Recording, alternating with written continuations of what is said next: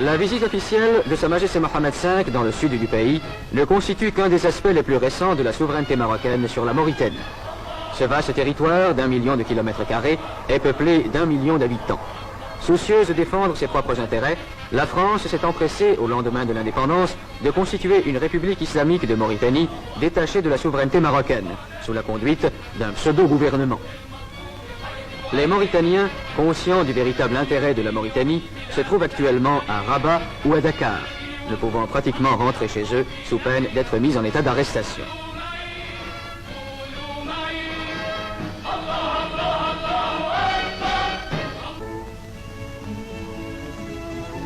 Le gouvernement leur a confié des postes importants. M. Fall Ould Omer, émir du Trarza, a été nommé ministre d'État.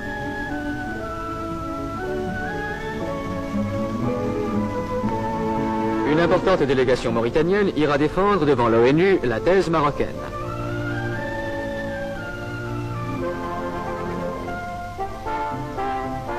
Des missions d'amitié et de bonne volonté vont partir pour l'étranger afin d'entretenir les gouvernements des différents pays du problème mauritanien. M. Alal El-Fassi, président du parti de l'Istiklal, parcourra l'Asie. La délégation, présidée par M. Abdelkbir El-Fassi, ambassadeur du Maroc en Allemagne fédérale, visitera tous les pays d'Afrique équatoriale et occidentale. M. Balafrège, ancien président du Conseil, se rendra en Europe. M. Abdelkhalek Torres, ministre de la Justice, se rendra en Amérique du Sud et en Amérique centrale.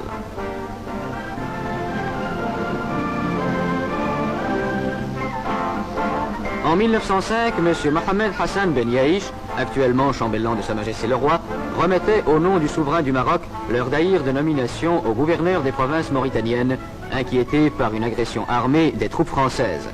D'autres témoins vivants subsistent. Des documents diplomatiques irréfutables ont été réunis qui attestent la souveraineté marocaine sur les territoires sahariens. Le problème des frontières sur lequel le gouvernement de Sa Majesté n'a cessé de revenir depuis l'indépendance doit être réglé dans le sens de l'équité. La côte atlantique marocaine s'étend de Tanger à Saint-Louis du Sénégal. La Mauritanie tout entière fait partie intégrante du territoire marocain.